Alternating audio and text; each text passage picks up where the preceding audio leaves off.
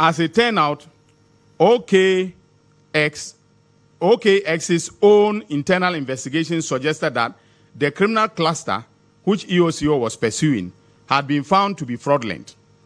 The suspicion of fraud stemmed from the fact that over 1,000 transactions from this cluster originated from a particular computer IP address and from a particular location, suggesting the transactions must have been done by an individual. EOCO obtained KYC, which is Know Your Customer information from OKX, who showed that the owner of the crypto wallet, a Chinese national who worked in Ghana under a residence permit and also worked for the company which was used to defraud several Ghanaians and British citizens. This Chinese individual was also named by Ghanaian victims as the person who directly received funds from them in respect of the fraudulent investment scheme. Having connected the dots, EOCO managed to freeze the tainted wallets and served the freezing order on OKX. The office also worked with OKX to notify the holders of the wallets.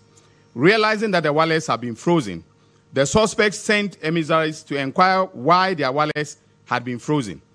EOCO informed the suspects about the reasons for freezing the wallets and invited them to come to Ghana for further investigation. In the course of the investigation, the company which was used to defraud Ghanaians and British victims was closed down and its operations disappeared into thin air. Faced with a daunting task, EOCO applied to the Malaysian authorities for mutual legal assistance with a view to tracking down the directors of the criminal enterprise which it had established through investigations was Malaysian. There was no response from the Malaysian authorities. EOCO became aware that the criminal scheme, which was operated and promoted by Chinese and Malaysian nationals, was a global operation that targeted victims in developing countries in Africa.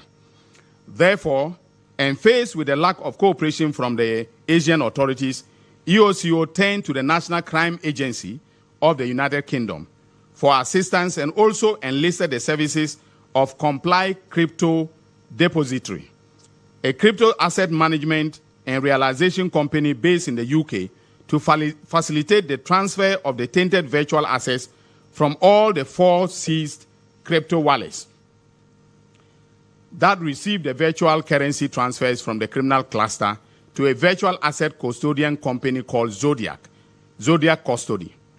Zodiac thus worked with EOCO to hold the virtual currencies under the control of the applicant, that is EOCO, until the assets were realized in fiat value and transferred into a bank account in the name of the applicant.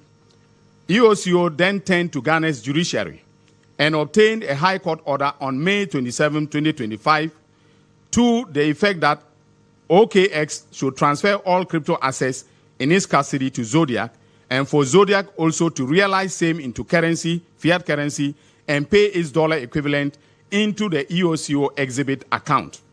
Additionally, the High Court ordered that upon the receipt of the funds, EOCO should cater to the victims of the crime.